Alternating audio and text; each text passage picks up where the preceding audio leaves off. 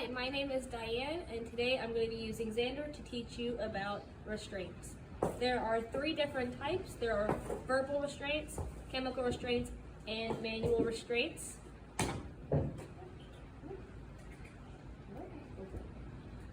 And so the most basic form of restraint is your halter and your lead rope. The reason that you would use a restraint on your horse is for work that needs to get done, such as clipping. If your vet's coming and your horse is a little nervous, it might distract them, or the same if your farrier is there and needs the horse's attention off them. The first type of restraint I'm going to be talking about is verbal, which is using your voice. So when you're riding and you ask your horse to stop and you go whoa, or you ask for a trot and you do the little click, those are all types of verbal restraints. Same when you're walking with your horse, and if they're kind of pulling you around, you might also tell them to whoa a little bit. Oh boy. The first type of manual restraint that I'm going to be talking about is the chain. You might see it on a lot of thoroughbreds or in the stud barn. So the way it goes is that I want to be as quiet as possible when I'm applying it.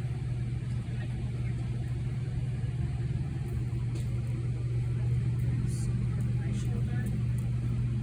So I'm going to take my chain, go through the little square on his halter, try to be again as quiet as possible. And I want to make sure that I'm switching sides and that it's going on the opposite of what I'm doing, so it crosses over the noseband and it's not applying direct pressure to his nose. And then I'm going to take my clip and face it outward so it's not gouging him in his face or his eyes.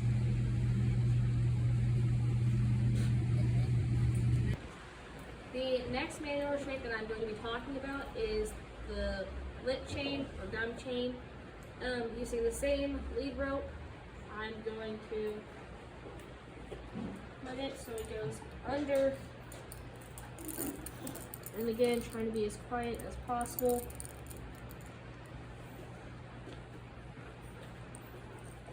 And this time I'm not looping it around like I did, and I'm going to again take it and clip it the same way with the clip facing out. I'm going to take my fingers, lift his lip,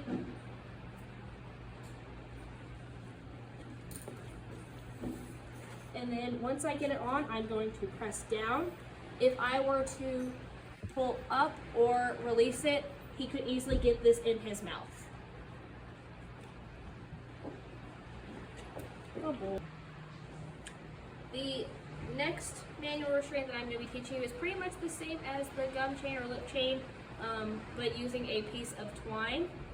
So going to his other side, I am going to take a piece of twine that I've gotten from the trash. I'm just going to do a little knot.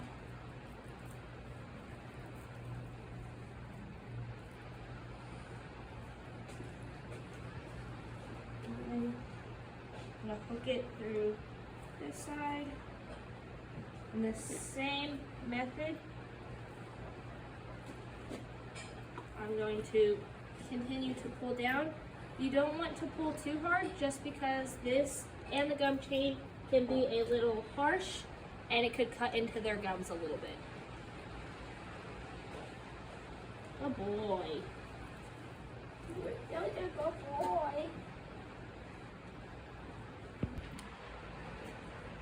The next restraint that I'm going to be talking about is the shoulder roll.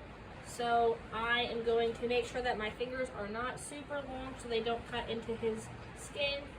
And I am going to, where I would normally make my little triangle for an IM shot, I'm going to take my hand and grab his skin and kind of roll it over my hand and hold it. He might move a little bit just because at first it's a little shocking and uncomfortable.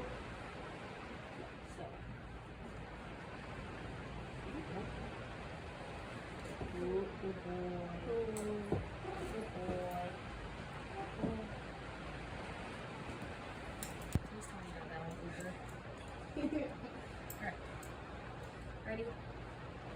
Another type of manual restraint is the leg lift.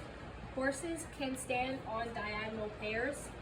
So because of this, if you're having issues clipping a back foot, you would want to hold up the same side front foot. So for example, if I'm clipping his back left, I want to do a leg lift with his front left.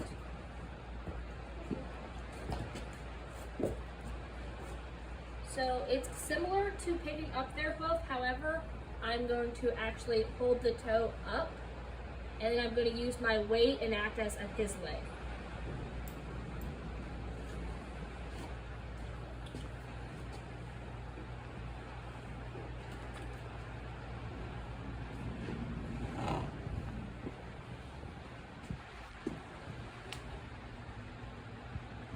And I'm just going to stand here while my handler or whoever is clipping their leg. The next type of restraint that people do a lot that we do not do here at William Woods is an ear twitch. So we, again, at school, if we're going to clip an ear, we might gently cup the ear, but we never hold it super tight and we never fold the ear over just because it can damage the cartilage in the ear. The last restraint that I'm going to be talking about is the twitch. It should be used for between 10 to 15 minutes, with the maximum being 15 minutes. It can release endorphins for that first 10, and then as it gets closer to 15 minutes, it's going to start being painful just because it cuts off circulation to the lip area, and then they will enter what we like to call the blow phase, which is where they're going to start reacting to that pain. So when I am applying the twitch, I'm going to put my 3 fingers in between. I'm going to get my thumb and my pinky finger out, and I'm going to grab as much of his upper lip as I can.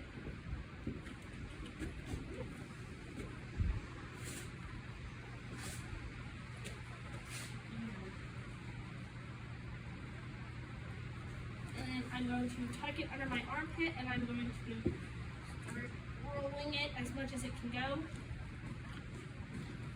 And once I have this, I never want to release it, just because if I let it go, it can then hit my handler, it could hit me. If I have a vet or farrier working on my horse, it puts them in danger just as well. Go. The last type of restraint that I'm going to be talking about are chemical restraints, which would be your sedatives such as ACE, Rompin, or Dorm.